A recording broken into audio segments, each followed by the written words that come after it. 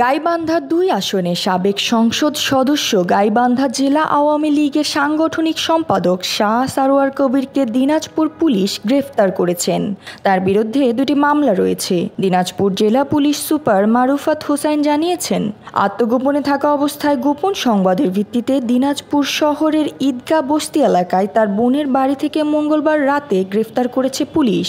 গত মার্চ মাসের ১ তারিখ থেকে সাবেক সংসদ সদস্য সারোয়ার কবির তার বোন প্রফেসর আফরোজা পারভিন কবিরের বাসায় আত্মগোপন করেছিলেন। পুলিশ সুপার জানান, তিনি গাইবান্ধা জেলা আওয়ামী লীগের সাংগঠনিক সম্পাদক। তিনি স্বতন্ত্র গাইবান্ধা উপজেলা সদরের উপজেলা চেয়ারম্যান ছিলেন এবং সর্বশেষ গাইবান্ধা সদর আসনের স্বতন্ত্র এমপি ছিলেন। তিনি ২টি মামলার এজাহারভুক্ত আসামি। গাইবান্ধা ২ সদর আসনের সর্বশেষ এমপি, মেম্বার অফ পার্লামেন্ট, ওনার নামে গাইবান্ধাতে মামলা আছে।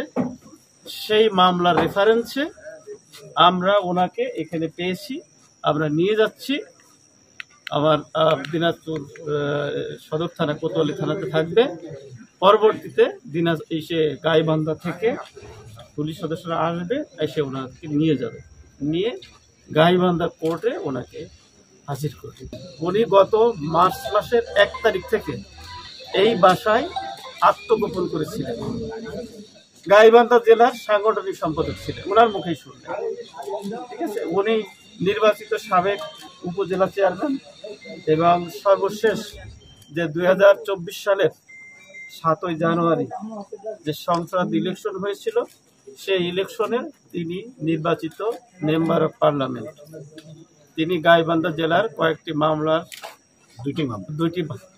দুইটি মামলায় উনি এজাহারভুক্ত তালিকাভুক্ত আসামি। আমাদের এখানে আত্মগোপনে ছিলেন। আমরা সংবাদ পেয়ে আমরা ওনাকে নিয়ে যাচ্ছি এবং গাইবান্ধা পুলিশকে আমরা হস্তান্তর। আটক সারোয়ার কবিরকে আজকে এই রাতে গাইবান্ধা পুলিশের একটি বিশেষ টিমের হাতে হস্তান্তর করা হবে। এক পর্যায়ে সারোয়ার কবির নিজেই জানান, তিনি বাংলাদেশের প্রথম স্পিকার শাহ আব্দুল হামিদের নাতি। শাহ আব্দুল হামিদ ছিলেন তার দাদা। গাইবান্ধা ৪ আসনের এমপি ছিলেন তার চাচা। আর এ জ্যোতি, দৃষ্টি ২৪।